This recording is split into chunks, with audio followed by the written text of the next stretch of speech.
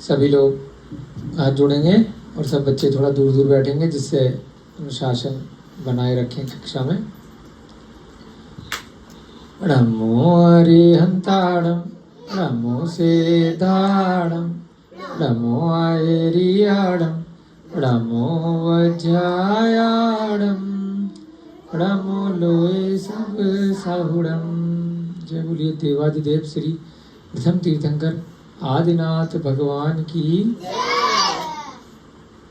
अंतिम तीर्थंकर इस युग के शासन नायक वर्धमान स्वामी महावीर भगवान की। सिद्ध शिला पर विराजमान अनंतानंत सिद्ध परमेष्ठी भगवानों की। इस पंचम काल में इस युग के प्रथमाचार्य श्री चारित्र चक्रवर्ती आचार्य भगवान श्री शांति सागर जी महान मुनिराज की। अजित सागर जी महाराज की। सभी महानुभावों एवं ज्ञानदानम गुरुकुल के बच्चों सभी को सादर जय जिनेन्द्र जय दू जुड़ंदो। हम सभी लोग कल 10 लक्षण महापर्व पूरा करके चुके हैं। बहुत सारे लोगों ने, साधर्मी बंधुओं ने स्थान स्थान पर मुनि महाराजों के सानिध्य में, अपने घर पर, अपने आसपास के जिनेंद्र भगवान के मंदिरों में इन 10 दिनों में खूब पूजा अर्चना भक्ति भाव से अवश्य की होगी। साथ साथ बहुत सारे लोगों ने व्रत उपवास अपनी शक्ति के अनुसार कुछ न कुछ त्याग किया होगा। उन सब के पुण्य के लिए बहुत बहुत अनुमोदना। जिस प्रकार से जम्मू द्वीप के अंतर्गत भरत क्षेत्र में आर्यखंड में ये 10 लक्षण महापर्व मनाया गया, उसी प्रकार से इस जम्मू द्वीप के उत्तरी भाग में ऐरावत क्षेत्र भी है। उस ऐरावत क्षेत्र में भी इसी प्रकार से आर्यखंड है, तो वहाँ पर भी यही तिथि चल रही है। भरत और ऐरावत क्षेत्र में समय एक जैसा रहता है। इस 2.5 द्वीप के अंतर्गत 5 मेरु हैं। उन 5 मेरु के एक एक ऐरावत क्षेत्र है उत्तरी भाग में और एक एक भरत क्षेत्र है। इस प्रकार से 5 ऐरावत क्षेत्र हैं और 5 भरत क्षेत्र हैं, जहाँ पर सभी स्थानों पर वर्तमान में पंचम काल चल रहा है। और सभी जगह यहाँ पर हुंडा अवसर्पणी काल के दोष से बहुत सारी ऐसी घटनाएं अलग अलग भी हो रही हैं। सभी स्थानों पर भरत और ऐरावत दोनों क्षेत्रों में 10 लक्षण महापर्व मनाया गया है। तो इन सभी क्षेत्रों में इस समय जो भी व्रत उपवास इत्यादि जिन्होंने आज के दिन पारणा की है, पारणा बोलते हैं कोई व्रत के बाद जब उसको खोला जाता है, जो भोजन इत्यादि लिया जाता है, तो उसको पारणा बोला जाता है। तो जिनकी भी पारणा आज संपन्न हुई है उनके पुण्य की बहुत बहुत अनुमोदना।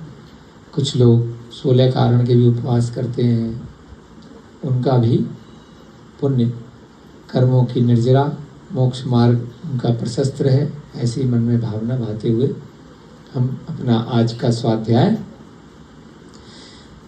10 लक्षण पर्व के बाद भी निरंतर अब जारी रखने वाले हैं। जैसा आपको कहा था कि निमित्त मिला है 10 लक्षण के प्रथम दिवस स्वाध्याय चालू कर रहे हैं, लेकिन उसके बाद भी यह निरंतर आगे यथासंभव शक्ति के अनुसार जैसी परिस्थिति होगी, यदि हमारा कहीं कार्य की दृष्टि से कहीं जाना नहीं हुआ, यहीं पर रहे, तो तब तक इस स्वाध्याय को निरंतर जारी रखेंगे। ज़्यादा बड़ा तो ग्रंथ नहीं है, परंतु 235 पेजों का यह ग्रंथ है। अभी हमने 25 पेज इसके पिछले 10 दिन में कर लिए हैं। स्पीड थोड़ी कम चल रही है क्योंकि अन्य विचार भी बीच बीच में आप लोगों के समक्ष कुछ न कुछ यहाँ पर रखे जाते हैं। और हमारे विजय भैया जी भी ऑनलाइन कक्षाएं भी इसको डाल रहे हैं, जिससे कि बाद में भी किसी की कोई कक्षा छूट जाए तो वहाँ से सुन सकते हैं।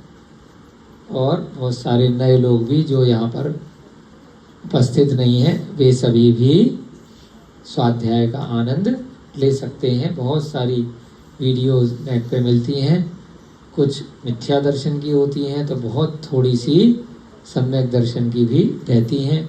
उसी श्रेणी में आप लोगों को जो यहाँ प्रत्यक्ष रूप में नहीं है, उन्हें भी कुछ न कुछ उनके सम्यक ज्ञान में, सम्यक दर्शन में वृद्धि हो और वो अपनी इच्छा के अनुसार, अपनी शक्ति के अनुसार जब भी उनका निमित्त बने तो सम्यक चारित्र को ग्रहण करने का अवश्य प्रयास करें।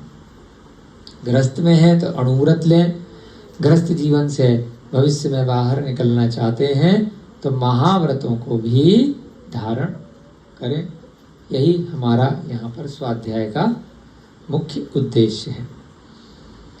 राजा श्रेणी की कथा चल रही थी, सम्यक्त कौमुदी।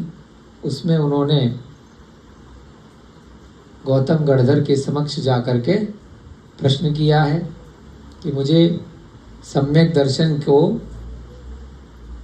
अपना प्रगाढ़ बनाना है और अन्य भव्यजन जो यहाँ समूह शरण में हैं उनके भी सम्यक दर्शन में थोड़ी बहुत वृद्धि हो, तो उसके लिए मुझे कोई कथा सुनाइए।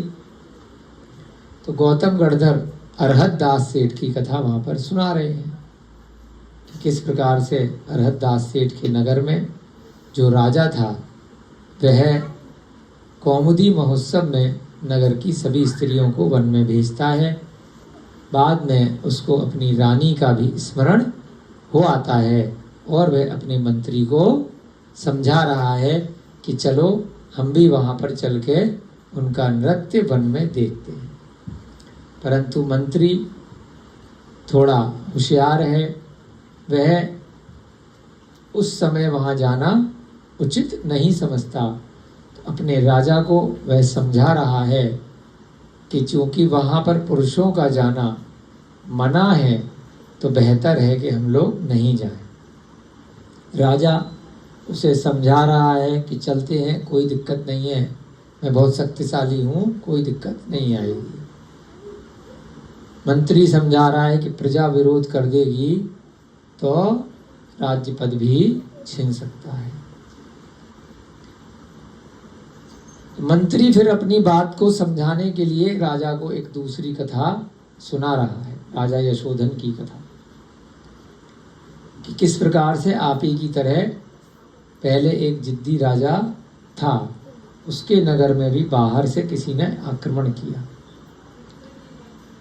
उसके यहाँ एक कोतवाल था यमदंड नाम का, उसने राजा को खबर ला करके दी कि ऐसे ऐसे नगर में बाहर से उपद्रव हो रहा है। राजा अपनी सेना लेकर के वहाँ जिसने भी उपद्रव किया था उसको जीत लेता है। कुछ दिनों बाद जब वापस आता है तो जो नगर की प्रजा थी वे सभी यमनंद कोतवाल की बहुत तारीफ करती है कि इसने आपके पीछे से पूरी नगर की व्यवस्था बहुत अच्छे से संभाली और बहुत अच्छे से हम सबकी सुरक्षा व्यवस्था को देखा, कोई भी परेशानी दिक्कत नहीं आई। तो राजा को मन ही मन लगता है कि यह जरूरत से ज़्यादा होशियार है, इतना होशियार होना जरूरी नहीं है। कल को अगर हम फिर से कभी बाहर गए तो यह हमारी राजगद्दी भी छीन सकता है। ये कोतवाल हमारे लिए खतरे की घंटी है। तो इसलिए राजा बहुत सारे प्रयत्न करता है, उसको परेशान करना प्रारंभ करता है, जिससे कि अपना कार्य छोड़ करके चला जाए या किसी बहाने से इसको कारावास में डाल दिया जाए या फिर मृत्यु दंड दे दिया जाए, किसी भी झूठे या सच्चे इल्जाम में इसको फंसाकर। तो यम दंड कोतवाल राजा के हाव भाव से यह समझ जाता है कि अब राजा के मन में हम खटकने लगे हैं। तो यहाँ थोड़ा सा मंत्री के गुण कल बताए थे और किस प्रकार से राजा को अपने यहाँ सेवक या कर्मचारी रखने चाहिए और किन लोगों की नियुक्ति नहीं करनी चाहिए। जुआरी के बारे में बताया था, कोई जुआ खेलता है तो कभी सच नहीं बोलेगा। कोई मदिरा यानी कि शराब पीता है तो उसे तत्व में विचार नहीं देता, वह सही गलत का अनुमान नहीं कर सकता। सांप कभी भी किसी को क्षमा नहीं करते। राजा का कोई मित्र नहीं होता है। राजा हमेशा शक की निगाह से ही सबको देखता है और अपने पद पे हमेशा किस प्रकार बना रहे उसको उसी की ही टेंशन रहती है। धन को प्राप्त कर कौन अहंकारी नहीं हुआ। बहुत मुश्किल है कि कोई धनवान हो और अहंकार नहीं हो।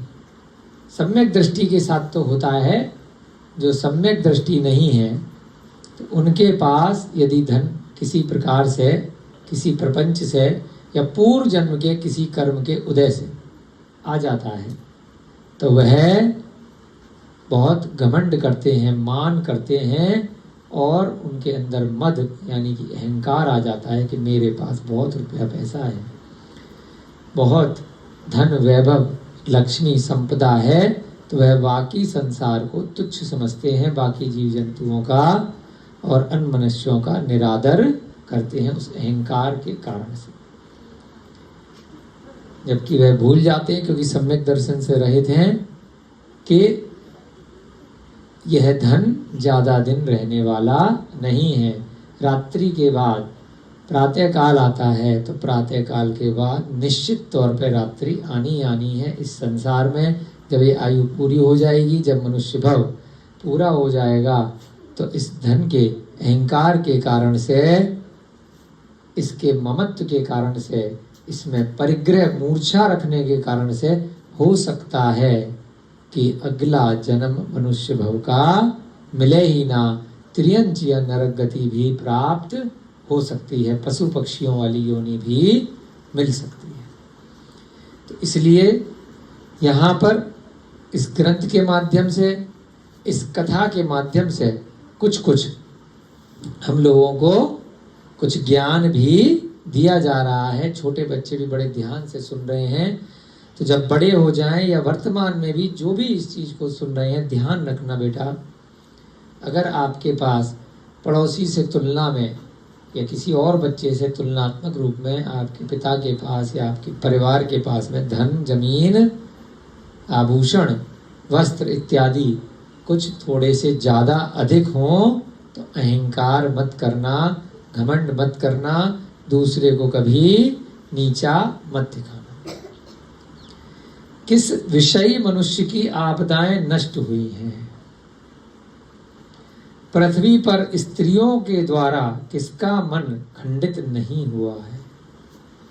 स्त्रियां कैसी भी हों, सुंदर हों या कुरूप हों, फिर भी वह पुरुष का मन हर लेती है अपने हाव भाव से या अपने प्रेम संवाद इत्यादि से।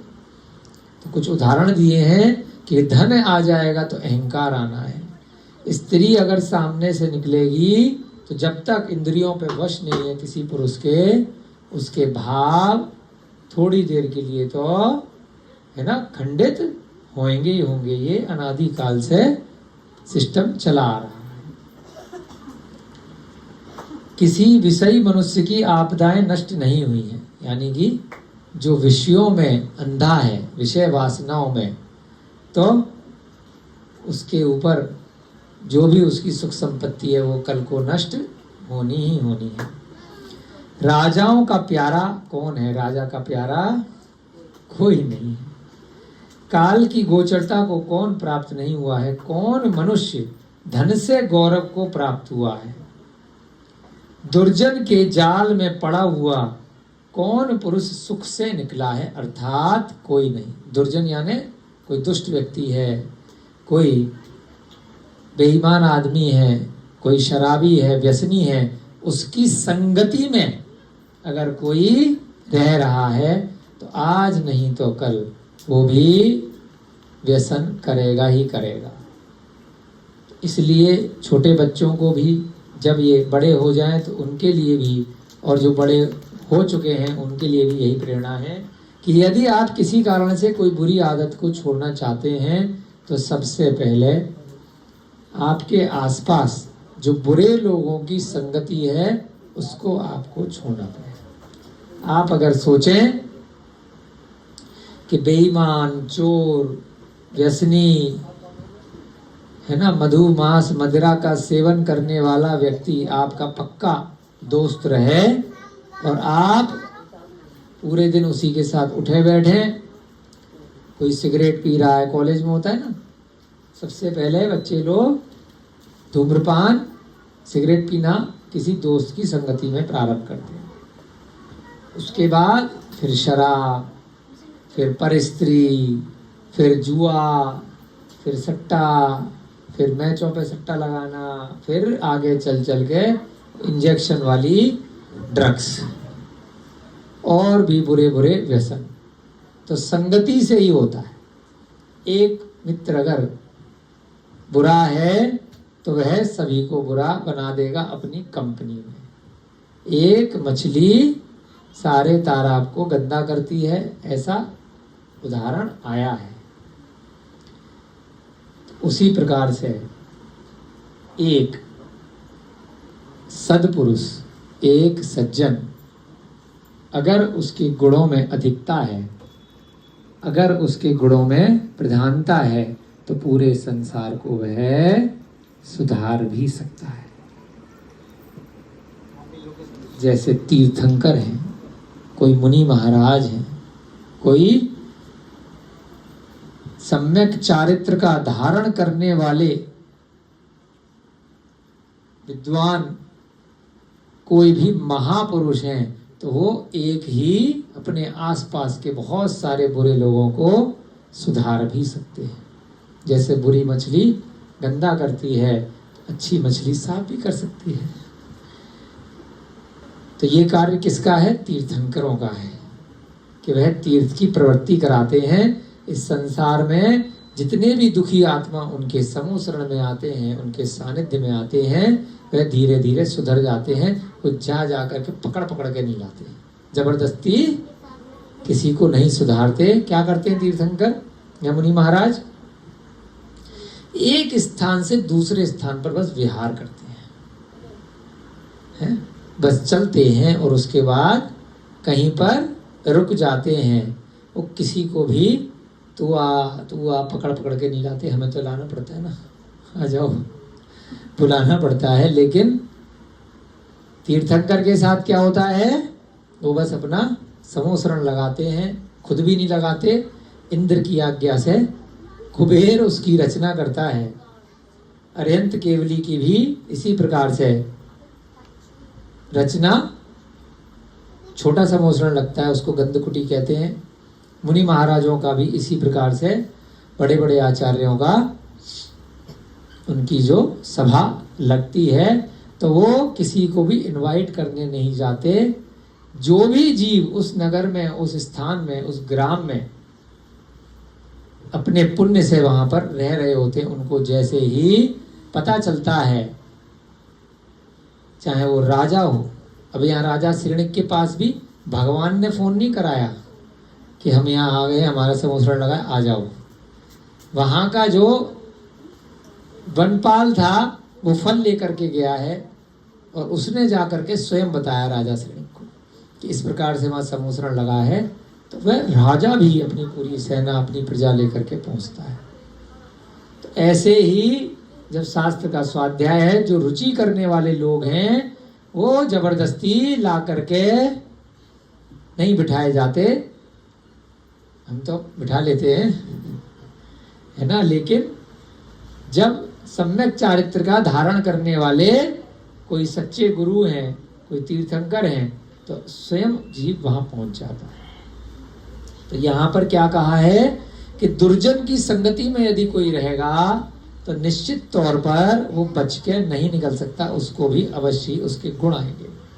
और ऐसे ही अगर सम्यक दृष्टि जीव की संगति में कोई रहेगा तो वहां आसपास के लोग भी अपनी बुरी आदतें छोड़ देंगे, जैसे हमारे अभिषेक गुरु जी हैं, सज्जन पुरुष हैं, पीठ पीछे भी इनकी तारीफ है और सामने भी है, चाहे लड्डू इनके मन में फूटे या न फूटे, सज्जन है, बुरी आदतें नहीं है, व्यसनी नहीं है। तो इनके सानिध्य में जो भी बच्चे गुरुकुल में पढ़ रहे हैं अगर लगातार बने रहेंगे तो बाद में जाके क्या होगा कि अगर लंबे समय तक सानिध्य में रहेंगे तो व्यसनी नहीं बनेंगे, कभी भी आगे भविष्य में अपने जीवन में चोरी, असत्य, हिंसा, परस्त्री सेवन, परिग्रह और क्रोध, मान, माया, लोभ या तो करेंगे ही नहीं, और करेंगे भी तो बहुत सोच समझ करके थोड़ा बहुत करेंगे परिस्थिति के अनुसार। उनके अंदर धीरे धीरे करके वह गुण आ जाएंगे अच्छे लोगों के सानिध्य में। इसलिए गुरु हमेशा व्यसन मुक्त होना चाहिए, तभी शिष्य उसको अनुसरण करते हैं। पिता हमेशा व्यसन मुक्त होना चाहिए। जैसे ही बच्चे पैदा हो जाएं तो उसके बाद पिता को अपने सारी बुरी आदतें छोड़ देनी चाहिए। नहीं तो सबसे पहला गुरु कौन है किसी बच्चे का? माता और पिता। आप सोचें कि मेरा बच्चा झूठ बोल रहा है या बीड़ी सिगरेट पीना सीख गया है, शराब पीना सीख गया, गुरुजी छुड़वा दो। तो गुरुजी नहीं छुड़वा सकते, क्योंकि प्रथम गुरु तो आप ही लोग हो। आप पी रहे हो उनके सामने, झूठ बोल रहे हो, गालियां दे रहे हो गंदी गंदी, अब शब्द बोल रहे हो अड़ोसी पड़ोसी को और कह रहे हो बच्चा कहाँ से गाली सीख गया। पता नहीं कौन सिखा देता है इनको। अरे आप ही सिखा रहे हो। आपकी जो संगति है, आप जिन मित्रों के साथ उठ बैठ रहे हो, वो अगर आपके घर में आकर के गंदी गंदी गालियां देते हैं, गलत व्यवहार करते हैं, तो बच्चा सीखेगा ही। जब पानी लेकर के जाएगा, जब चाय लेकर के जाएगा, जब नाश्ता लेकर के जाएगा, तो अंदर उसको सब सुनाई दे रहा है कि पिता के मित्र कैसे हैं।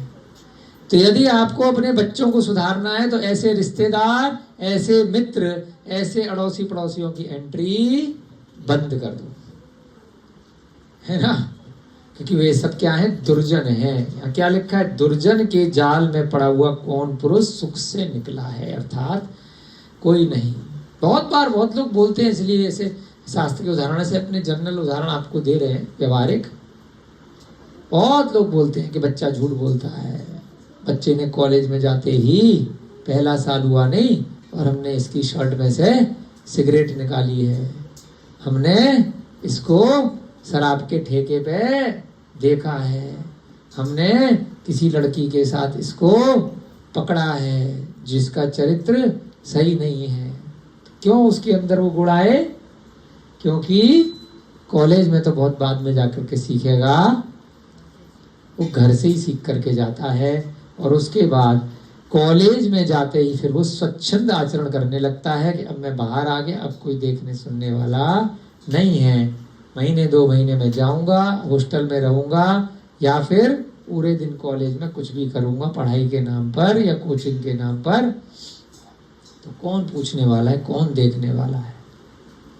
बहुत बार माँ बाप खुद शराब नहीं छोड़ पाते तो कहते हैं कल को बच्चा कुछ बोलेगा, इसी के साथ बैठ के पी लो, क्या दिक्कत है?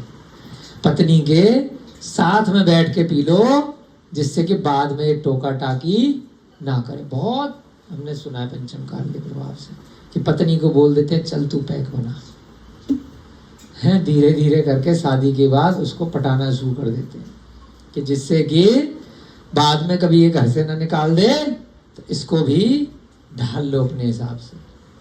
तो जो स्त्रियां अपने पति के साथ या अपने मित्रों के साथ या अपने रिश्तेदारों के साथ मदिरा का सेवन करती है, निश्चित तौर पर अगले जन्म में चाहे कितना ही उनके अंदर दूसरे गुण हों, एक अवगुण सारे गुणों को समाप्त कर देता है।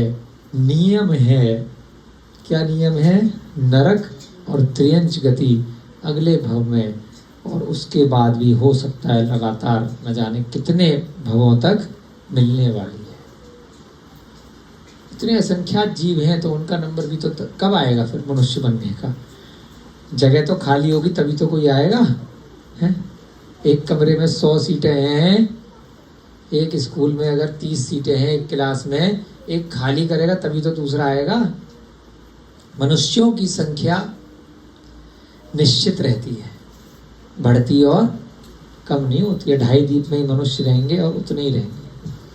3 कम 9 करोड़ मुनि महाराज की संख्या फिक्स है, न एक कम है ना ज्यादा है। 9 करोड़ में से 3 कम रहते हैं। एक अगर गए तो दूसरे की दीक्षा ऑटोमेटिक होती है। हर 6 महीने 8 समय में, इधर आ जाओ रोहिता जी, दिखाई नहीं दे रहे तो आप भी नहीं दिख रहे तो सामने आ जाओ बेटे। संकल्प सामने बैठो ना, क्लास चल रही है तो कोई संवाद होता है तो पीछे बैठोगे ना, कोई बात नहीं, सामने बैठ जाओ, क्या दिक्कत है? पीछे बैठते हो तो फिर संवाद नहीं हो पाता ना सामने, है ना? आई कांटेक्ट बनता है ना सामने से तो अच्छा लगता है, सुनने वाले के लिए भी और बोलने वाले के लिए भी। पीछे बैठ जाते हो तो कहीं हमारे 4 मुंह तो है नहीं। समोसरण में भगवान के साथ क्या होता है? 4 मुख होते हैं, चतुर्मुखी होते हैं, गोल होता है समोसरण, है ना? तो उसी तीर्थंकर की जो वहाँ पर दिव्य देशना खिड़ती है तो वहीं से ब्रह्मा का रूप निकला है। आदि ब्रह्मा आदिनाथ भगवान चतुर्मुखी होने के कारण उसको ब्रह्मा भी कहा जाता है उन्हीं को, है ना? हमारा कोई पीछे तो सर है नहीं। तीर्थंकर कभी ये हो गई आप लोगों की कृपा तब वो भी हो जाएगा, है ना? लेकिन सम्यक दर्शन की प्राप्ति हो जाए यही बहुत बड़ी बात है। पंचम काल में बहुत पुण्यशाली हम लोग।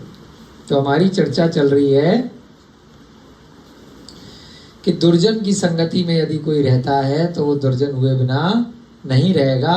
यदि हमें बुरी आदतों से छूटना है तो कुछ भी करो, साम दाम दंडभेद, आस पास अपने ऐसे माहौल में रहो जो अच्छे लोग हैं। कितना ही समय निकल गया, एक समय राजा ने पुरोहित सहित मंत्री को बुलाया। अब राजा को समझ में नहीं आ रहा था यमदंड का कैसे निपटारा किया जाए, है ना? क्योंकि इसकी कोई गलती पकड़ में तो आई नहीं है, खाली हमने इसको अपना एक उत्तराधिकारी बना के नियुक्त करके गए थे कुछ समय के लिए। पीछे से इसने राज्य का कार्यभार अच्छा संभाला है और सारी प्रजा इसी के गुणगान कर रही है, तो इसलिए ये हमारे लिए खतरा बन सकता है। अब राजा ने पुरोहित को बुलाया, अपना जो पुरोहित होता है मंत्री, पुरोहित भी बुलाया और मंत्री भी बुलाया, और उन दोनों को अपने मन का अभिप्राय बताया कि यह यमदंड मुझे दुष्ट अभिप्राय वाला लग रहा है। डाउट हो रहा है इसके ऊपर कि इसने सारी प्रजा को कैसे अपने कंट्रोल में कर लिया, इसलिए कुछ उपाय से इसको मारना चाहिए। सीधे मर्डर ही कर देते हैं राजा महाराजा, हैं? अभी भी होता है, फांसी दे दो, ये दे दो, केस चलेगा, वो चलेगा। राजा महाराजा के काल में कोई केस वेस का चक्कर नहीं, सीधे दी एंड। ये जगह तो पारा खिला दिया था जी। हाँ, तो राजा ने क्या कहा, ये हमारे को ठीक नहीं लग रहा है, कल को दिक्कत करेगा, इसको मार दो। अब मंत्री और पुरोहित तो राज्य के आज्ञाकारी, उन्होंने क्या कहा? तदनंतर मंत्री और पुरोहित राजा के कहे के अनुसार ही उन्होंने विचार किया। राजा की आज्ञा, जो आज्ञा प्रभु। जैसी होनहार होती है वैसी ही बुद्धि हो जाती है। जैसा होना होता है, जैसा वक्त आता है, जैसी परिस्थिति आती है, व्यक्ति की बुद्धि वैसी ही चलने लगती है। पुरुषार्थ भी वैसा ही हो जाता है और सहायक भी वैसे ही प्राप्त हो जाते हैं। उसके असिस्टेंट भी, सहायक भी उसकी बात को मान लेते हैं। राजा, मंत्री और पुरोहित, अब ये 3 की तिगड़ी बन गई। तीनों ने मिलकर किसी उपाय का निश्चय किया कि भाई कैसे जो है इस यमदंड को दंड दिया जाए, इस कोतवाल से पीछा छुड़ाया जाए। तदनुसार एक दिन राजा ने खजाने में कुदारी चलाकर संधि कर वहां रखी हुई वस्तुएं किसी अन्य सुरक्षित स्थान में रख दी। अब राजा ने मंत्री को ले गया और पुरोहित को ले गया। कहाँ गया? जहां राजा का राज खजाना रखा हुआ था, वहां पहुंचा। यमदंड की जिम्मेदारी क्या थी भाई? प्रजा की भी रक्षा थी और खजाने की भी जिम्मेदारी भाई उसने अपने असिस्टेंट नियुक्त करे होंगे। अब राजा वहां गया, उसको कौन रोक रहा है? मंत्री और पुरोहित को भी ले गए और क्या किया? कुदारी जो आपकी ये फावड़ा होता है, इसको चलाया वहां पर और कहीं पर गड्ढा वड्ढा करके सारा जो खजाना था किसी दूसरे स्थान पर बांध कर, संधि कर मतलब बांध बूंद कर, पैकेट बनाकर उसके, है ना, पेटियां बना करके किसी अन्य स्थान पर रख दिया। अब राजा की तो एंट्री वहां पे थी, चाहे अंगूठा लगा के हो या, राजा को तो वहां के जो भी पहरेदार थे वो पहचानते थे कि आ जाओ भाई, आप ही क्या खजाना है, क्या दिक्कत है। यह सब काम करके शीघ्रता से जब वह अपने स्थान पर जा रहा था, तब राजा ने अपनी खड़ाऊ, मंत्री ने अपनी मुंदरी, मुंदरी शायद अपनी कोई पहचान की कोई अंगूठी वगैरह को बोलते हैं शायद, हाँ कोई मुंदरी चाकू की तरह बोल रही समता दीदी, और पुरोहित अपना जनेऊ भूल गया। ध्यान से सुनो, कहते हैं ना चोर की दाढ़ी में तिनका। राजा अपने खजाने में खुद चोरी कर रहा है। क्यों कर रहा है? अभी पता चल जाएगा, अभी हमने भी नहीं पढ़ा है ना।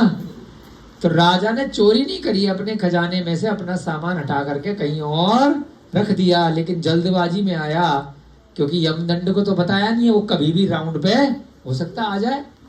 यहाँ भी राउंड लगाता होगा ना, अपने भी रात में गार्ड राउंड लगाते हैं, तो कब आ जाए।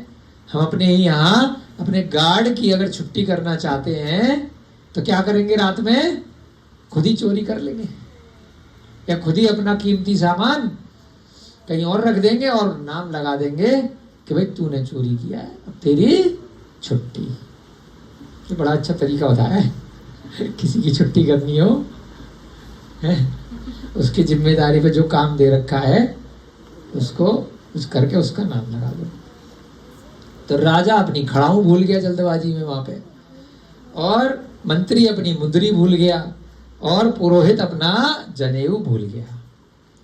प्रातः काल होने पर तीनों ने मिलकर हल्ला मचाया कि खजान, वहां पे जो है मतलब जो भी सैनिक वैनिक थे उन्होंने हल्ला मचाया कि खजाने में चोरी हो गई, चोरी हो गई, चोरी हो गई।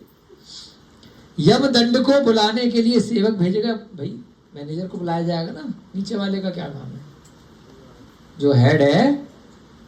राजा को जैसी खबर पहुंची, उसने कहा यमदंड को लेकर के आओ, देखते हैं उसकी खबर लेते हैं, कैसे चोरी हो गई, हमारा सारा खजाना लुट गया, ऐसे कैसे।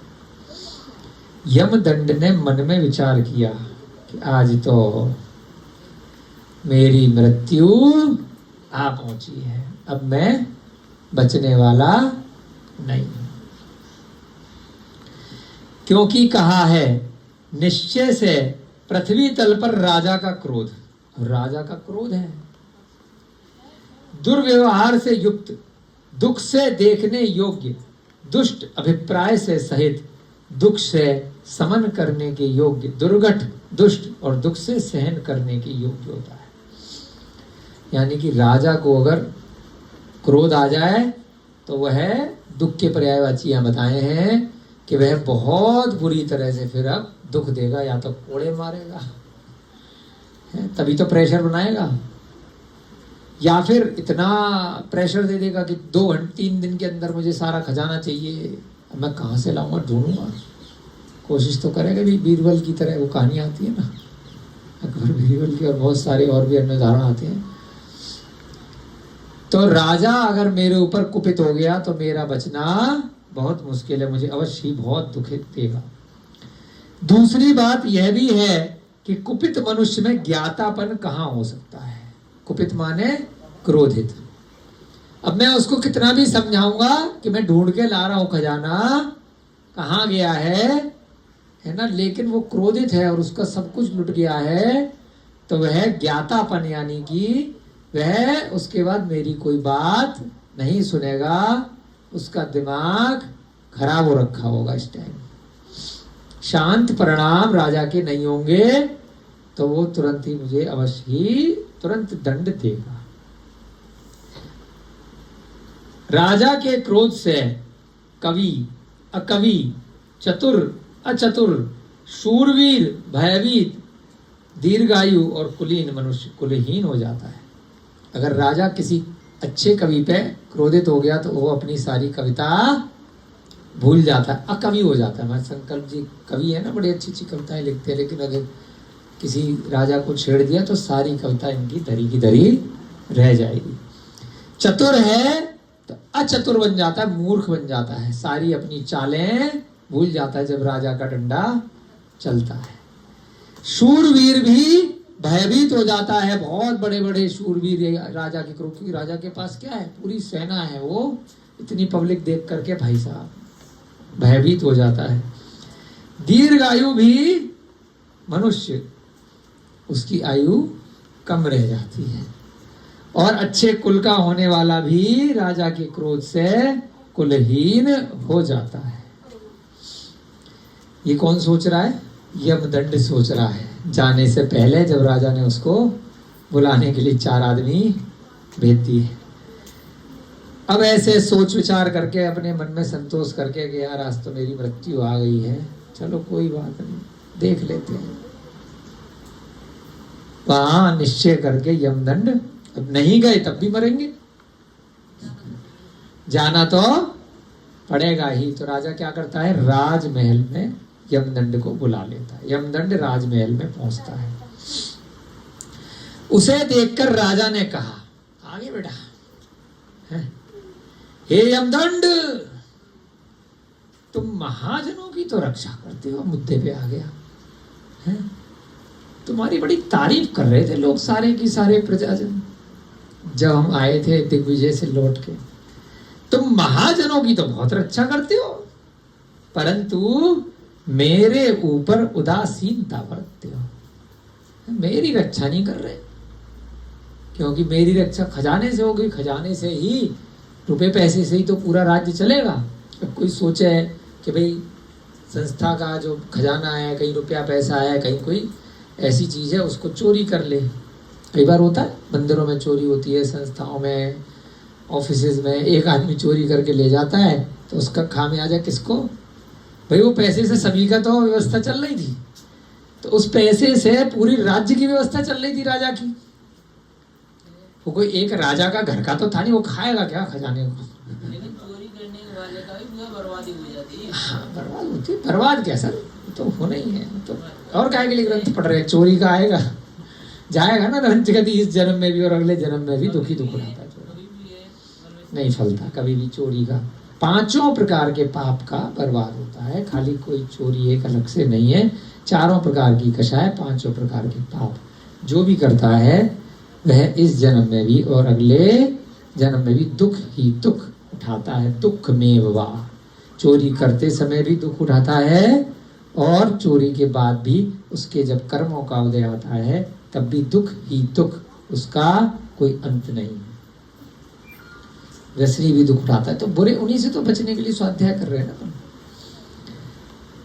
अब राजा ने उससे क्या कहा, तुमने प्रजा को तो बड़ा खुश रखा भाई साहब, और खजाना लेते बने, उदासीनता रखी।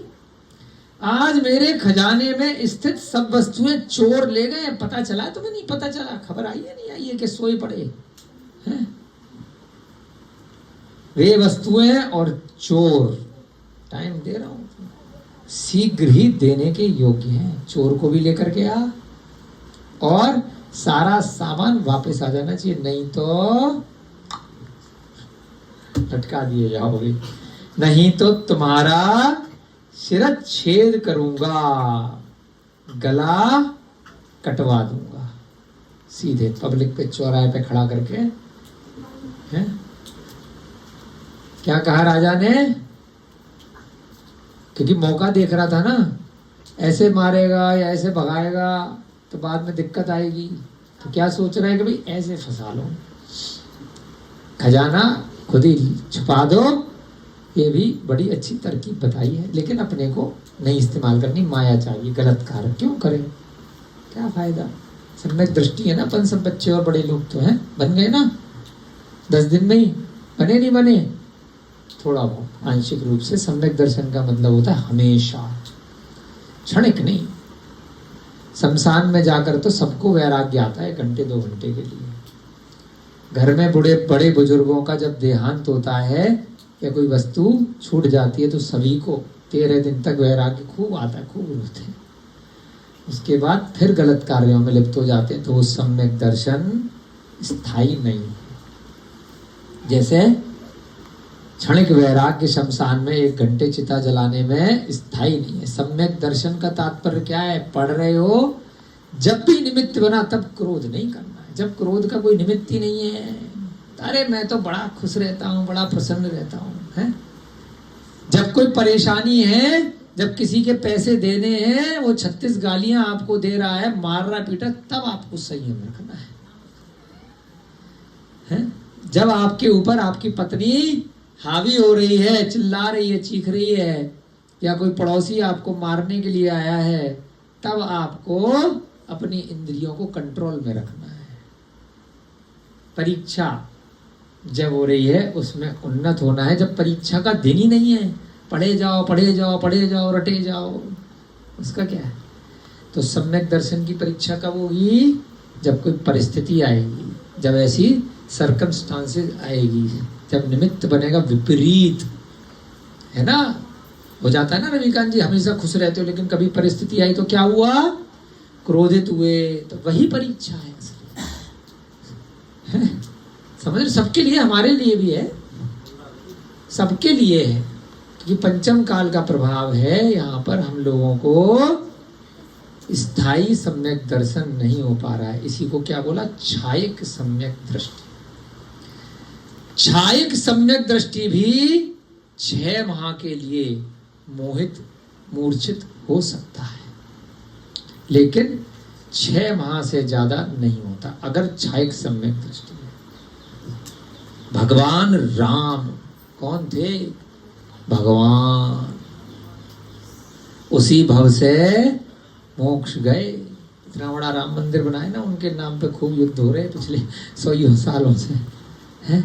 भगवान राम भी 6 माह तक ममत्व के परिणाम के कारण, छायक सम्यक दृष्टि, छायक खत्म नहीं हो रहा है। लेकिन क्या हुआ उनके साथ भी? कितने दिन तक लेकर घूमे लाश को, है? लाश लेकर के घूमे, लाश, मरा हुआ शरीर 6 महीने तक। किसका मरा हुआ शरीर? लक्ष्मण का सड़ा हुआ शरीर। लेप लगा लगा कर मम्मी बना करके उसकी, मम्मी बताते हैं ना, मिस्र के लोग मम्मी बना के रखते हैं, लेप लगाकर, केमिकल लगाकर, मड थेरेपी करके। रोहितास जी, केमिकल वाली मड थेरेपी होती है, उसको लेप लगा करके लक्ष्मण की लाश को 6 महीने तक कंधे पे लेकर के डोले। 6 महीने। कौन? हम और आप नहीं, भगवान। कितनी बड़ी बात है। तो आया प्रश्न कि वो छायक सम्यक दृष्टि थे तो इतने पागल कैसे हो गए? लेकिन 6 महीने से फिर ज्यादा नहीं। जटायु का जीव उनको संबोधन करने के लिए आया। साथ में कौन आया? सुग्रीव का जीव, सुग्रीव, है?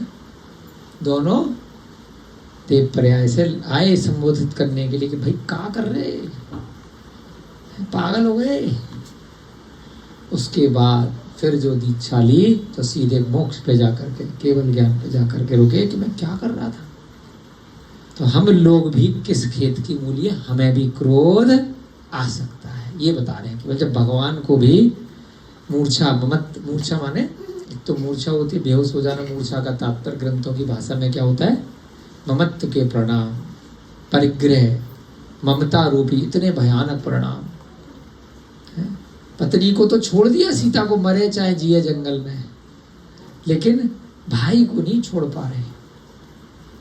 उसके मरने के बाद भी उसकी लाश को नहीं जलाने दे रहे किसी को। पूरा राज्य कह रहा है पागल हो गए हमारे राजा, इतने बड़े राजा, लेकिन नहीं मान रहे। तो ये उदाहरण क्यों याद आया? क्योंकि जब भगवान का भी ये असर हो सकता है मनुष्य पर्याय में, तो हमारा भी हो सकता है। लेकिन हमें क्या करना है? उन उदाहरणों से सीखना है। जो उन्होंने अगर गलत कार्य कर दिए, गलती से हो गए, वो तो अपना कल्याण करके मोक्ष प्राप्त करके चले गए। हमें 6 महीने का टाइम नहीं है। उनकी कितनी आयु थी भगवान राम की? 18,000 साल। कितनी? 18,000 वर्ष की आयु थी। हमारी कितनी है? 100 भी पूरा कर लें तो बहुत बड़ी बात है। शतक मार लें तो बहुत मुश्किल है। 60-70 के बाद तो बस आप बस बोनस खींच रहे हैं। 65 के बाद है ना, 65 के बाद तो आपकी लॉटरी है, ये मान लो। पंचम काल में इस समय कि निरोगी होकर के अगर आपने 65-70 के बाद, 75-80 के बाद 10-15-20 साल खींच लिए तो बहुत बड़ी बात है। उसको धर्म में लगा दो। उसके अलावा अब कोई कार्य, अगर कोई 60 का हो गया तो धर्म के अलावा कुछ मत करो। अब धर्म भी कौन सा, मिथ्या धर्म मत करो। जब यहाँ पर सानिध्य में बैठ रहे हो तो सम्यक दर्शन के साथ में अच्छे ग्रंथों का ही, भगवान महावीर की वाणी जिन ग्रंथों में आई है उन्हीं का ही स्वाध्याय करो। भले ही किसी कुल जाति धर्म में जन्म लिया हो, नहीं लिया हो, कोई फर्क नहीं पड़ता। जिससे कि अगला भव अपना सुधार लो और धीरे धीरे करके कल्याण के मार्ग पर बढ़ जाओ, मोक्ष मार्ग पे बढ़ जाओ। 3 काल में, 3 भव में अगर मोक्ष होना है तो सम्यक दर्शन, सम्यक ज्ञान, सम्यक चारित्र के अलावा कोई दूसरा विकल्प न था, न है, न रहेगा।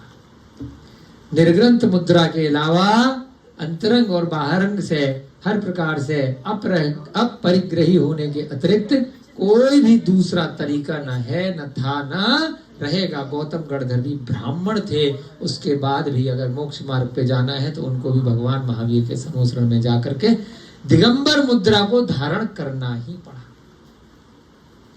तो ऐसे बहुत सारे उदाहरण हैं। तो यहाँ क्या कहा है कि कोलाहल, यहाँ पर अब गला कटवा दूंगा कुछ ही समय के अंदर अगर तुम चोर को और सारे खजाने को लेकर के नहीं आए। राजा के यह वचन सुनकर, अब यंदन पहले चेक करने तो जाएगा ही ना क्या क्या माल चोरी हुआ है। तो राजा के यह वचन सुनकर यमदंड संधि को देखने के लिए गया। संधि माने जहां पर पहले उसकी पेटियां वगैरह खजाने में रखी थी वहां। अब क्योंकि जल्दबाजी में गए थे राजा, रात के अंधेरे में, राजा, पुरोहित और मंत्री, ध्यान नहीं रहा। तो चोर अपना कुछ ना कुछ निशान छोड़ करके आ जाता है वहां पर। यमदंड को क्या मिला? खड़ाऊं, अंगूठी। मैंने कहा था ना अंगूठी होता है, आपने बोला चाकू होता है, यहाँ लिखा ना अंगूठी। मुंदरी का मतलब अंगूठी, क्योंकि मुद्रा होती है ना, वो मुद्रा दी थी हनुमान के जो पिताजी थे पवन, अंजना को मुद्रा शब्द आया था वहां पर। तो धीरे धीरे सीखने को मिलता है। मुद्रा माने अंगूठी। क्या क्या मिला उसको? खड़ाऊ मिली और एक अंगूठी मिली और एक वहीं पे पास में पड़ा हुआ जनेऊ मिल गया। तीनों को इसने, यमदंड ने उठा लिया। आ गया भाई साहब। कहां से लपेट देगा? राजा को थोड़ी लपेट देगा, मरेगा तब भी तो मरेगा। राजा को थोड़ी बोलेगा तू चोर है। अब देखते हैं क्या होता है। चलो अच्छा लग रहा है ना, हंस रहे हो तो उससे हमें भी अच्छा लग रहा है कि चलो कहानी में इंटरेस्ट आ रहा है थोड़ा सा। इस बहाने से अपन स्वाध्याय भी कर रहे हैं, मनोरंजन भी हो रहा है, एंटरटेनमेंट भी हो रहा है, कुछ ना कुछ सीखने को भी मिल रहा है। तो चारों प्रकार के अनुयोग प्रतिमान योग के ग्रंथ में सीखने को मिल जाते हैं। ऐसे ही हंसते रहो अभिषेक जी, हमारा भी मन लगा रहेगा, ऐसा नहीं लगा कि बोर हो रहे हैं। तो खड़ा हुआ से उसने राजा को पहचान लिया, मुद्रिका से मंत्री को पहचान लिया कि मुद्रिका तो मंत्री की है, और जनेऊ से पुरोहित। तीनों के तीनों मेरे खिलाफ हैं। यही तीन तो है। अब तो पैसे ही भर जाऊंगा अगर जाकर के बोलूंगा। तो पुरोहित को चोर का पता चल गया, उसने जान लिया कि तीनों ही चोर हैं। यहाँ पे भी है ना तिगड़ी गोल चक्कर, 3 तिगड़ी है। उसके पश्चात उसने अपने मन में विचार किया कि अहो, यदि राजा ही ऐसा करता है तो अब किसके आगे कहा जाए। मैं उसकी बीवी से थोड़ी कहूंगा तेरा पति चोर है, या पड़ोसी से थोड़ी जाके कहूंगा दूसरे राजा से। जब मेरा राजा ही मेरे को निपटाने में लगा हुआ है तो उसकी शिकायत किसी को, चाहे यहाँ रहूं या वहां रहूं, मरना तो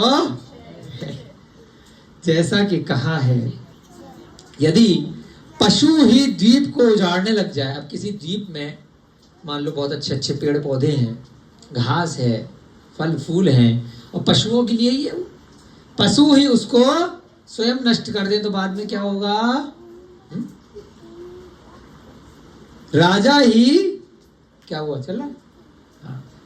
पशु ही अपने द्वीप को उजाड़ दे जहां से उन्हें भोजन मिल रहा है, राजा ही विरोधी हो जाए और विद्वान ही पाप करने लगे, तो फिर इस संसार में रोकने वाला कौन है?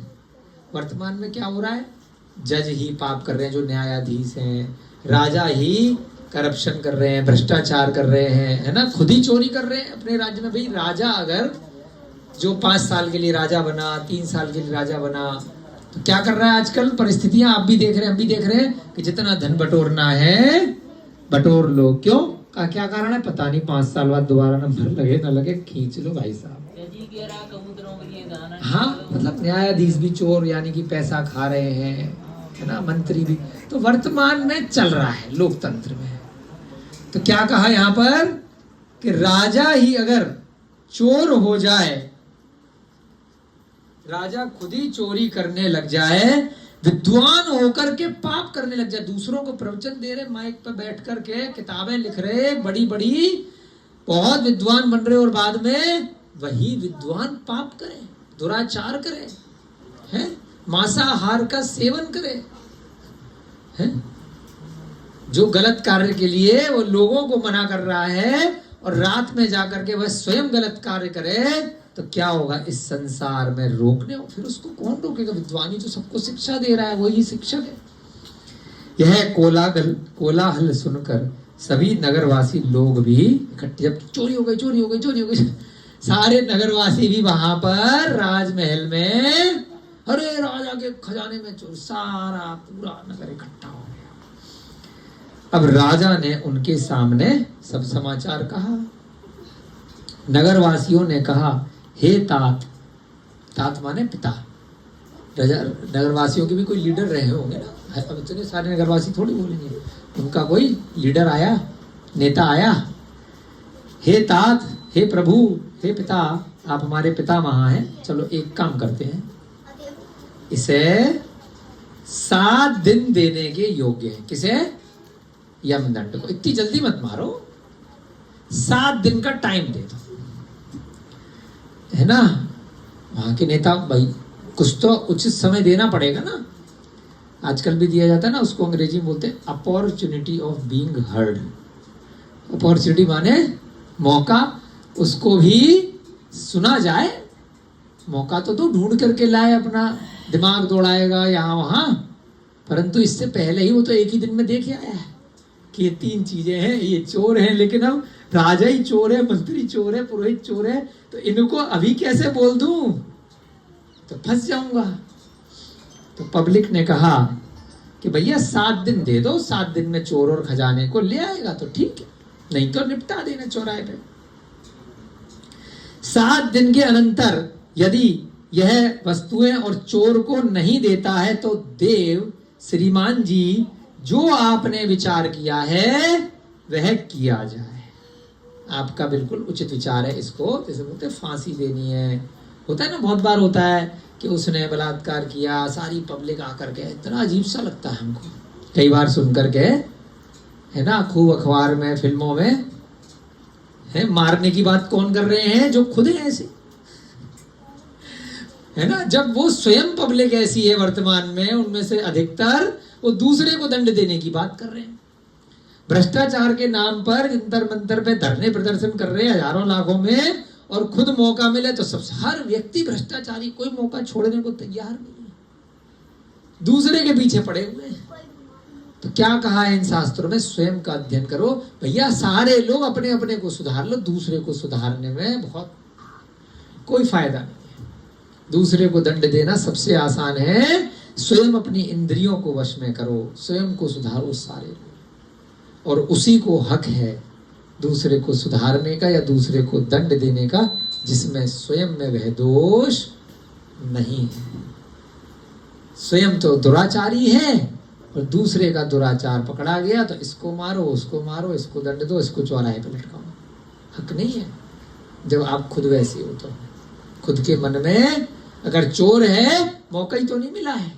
अगर पर वस्तु मिल जाएगी पड़ी हुई कहीं पर भी, और खुद के मन में अभी मिली नहीं है ना, इसलिए कह रहे हैं मैं तो चोर नहीं हूं। मिल जाए सोना चांदी रुपए पैसे पर्स किसी का भी, तब आपका मन न डगमगाए, उठा के न ले जाओ, तब आप किसी चोर को दंड देने के योग्य हो। जब आप खुद बेईमान, खुद भ्रष्टाचारी, खुद चोर नहीं हो, कब होगा? जब आप सम्यक दृष्टि होगे। इसके अलावा आपका मन डगमगाएगा ही डगमगाएगा जब किसी का मालिक नहीं है और कोई पर वस्तु आपको मिल गई। किसी पर स्त्री ने, वैश्या ने आपके ऊपर डोरे डाले और आप पट गए, तो आप शील व्रत का पालन करने वाले, ब्रह्मचर्य व्रत का पालन करने वाले नहीं। आप बोलोगे उसने डाले थे डोरे, वो आई थी, ये आई थी। भाई साहब, यही तो आपकी परीक्षा है।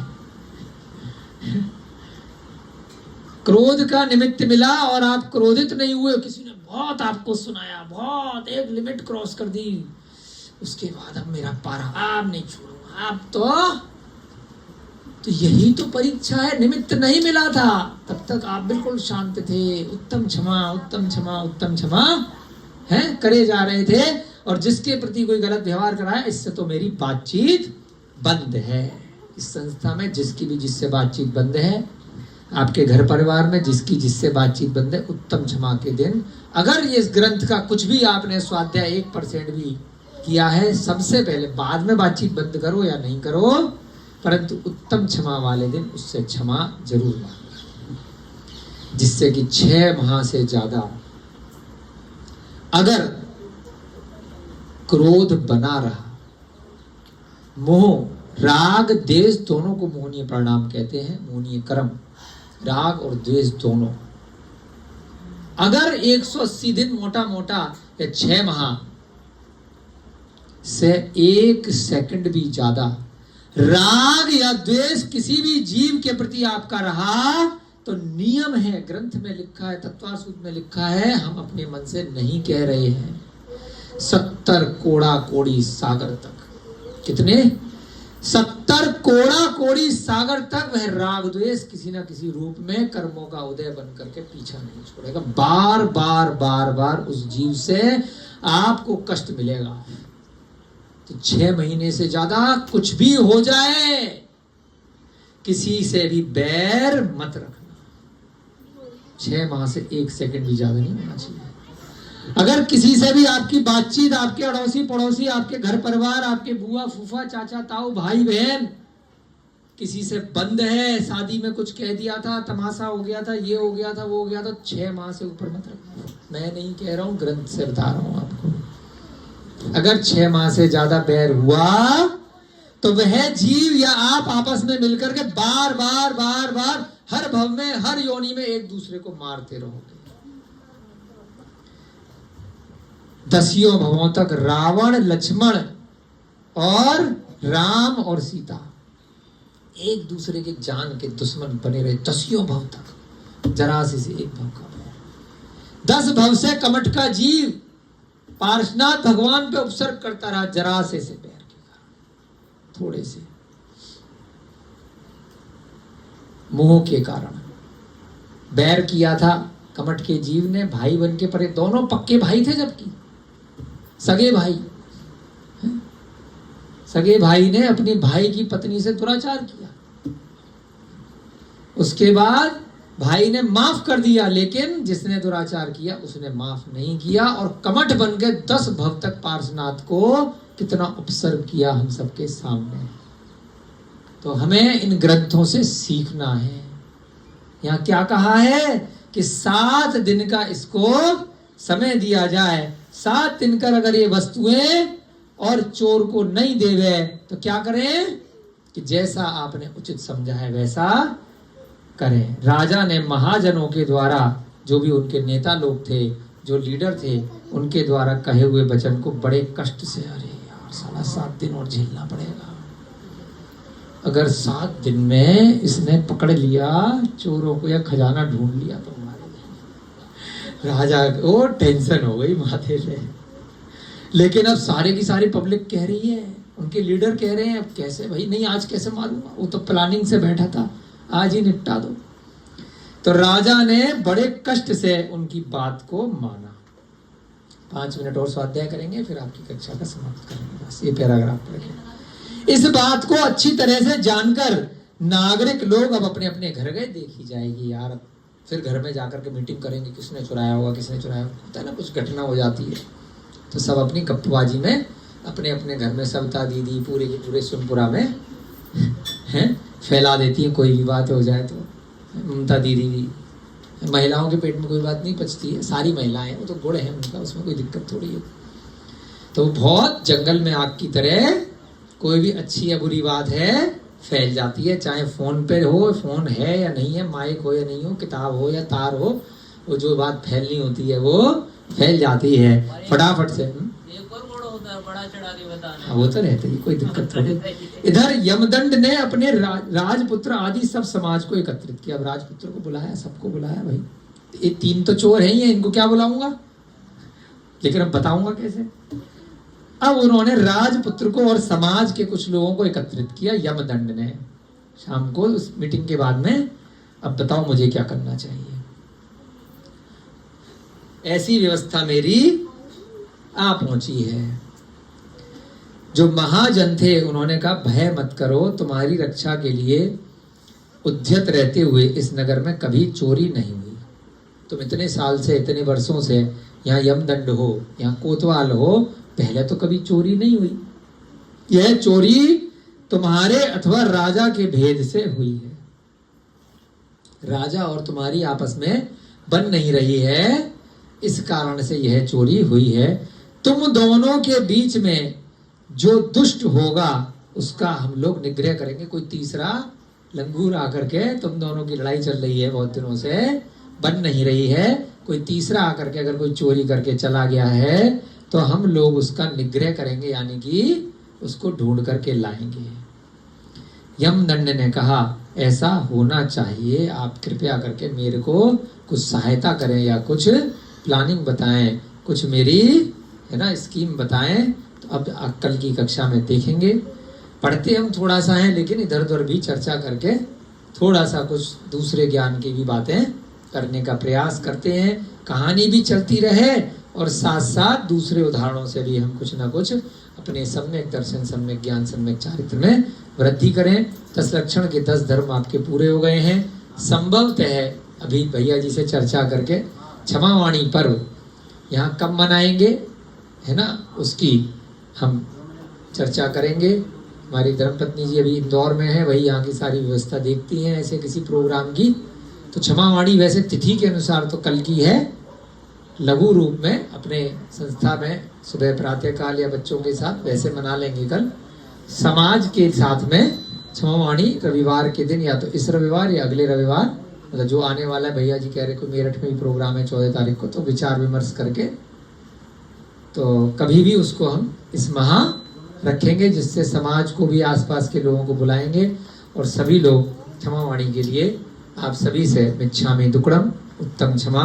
जय बोलिए महावीर भगवान की, अनंतानंद सिद्ध परमेष्ठी भगवानों की, आचार्य भगवान श्री शांति सागर जी महान मुनिराज की। सभी को एक बार पुनः जय जिनेन्द्र, जय दो, जय।